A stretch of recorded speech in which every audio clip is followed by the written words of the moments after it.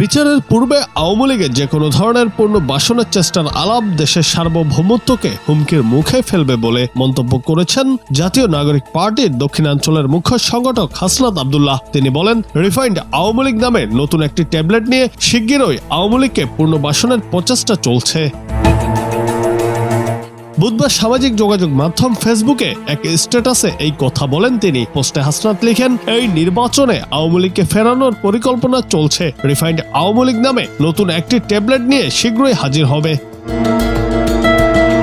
তিনি আরো লিখেন, যারা এই পরিকল্পনা করছেন আমি আপনাদের সতর্ক করে দিচ্ছি, এখানে কোনো ইফস এবং বাটস নেই। বিচারের পূর্বে আওয়ামী লীগের যে কোনো ধরনের পুনর্বাসনের চেষ্টার আলাপ দেশের সার্বভৌমত্বকে হুমকির মুখে ফেলবে। সুতরাং রিফাইন্ড আওয়ামী লীগের ট্যাবলেট নিয়ে হাজির হবেন না। আওয়ামী লীগের বিচার নিশ্চিত হওয়ার পূর্বে আর কোনো আলাপ নয়, ফুল স্টপ। এর আগে শাহবাগ নিয়ে ফেসবুকে স্ট্যাটাস দেন হাসনাত। সেখানে তিনি লিখেন, এ দেশের মানুষের বাক স্বাধীনতা থেকে শুরু করে সব ধরনের মৌলিক মানবাধিকার কেড়ে নিয়েছিল শাহবাগ, কেড়ে নিয়েছিল স্বাধীনভাবে বেঁচে থাকার অধিকারটুকু। জুনায়েদ আহমেদ, বাংলা টিভি।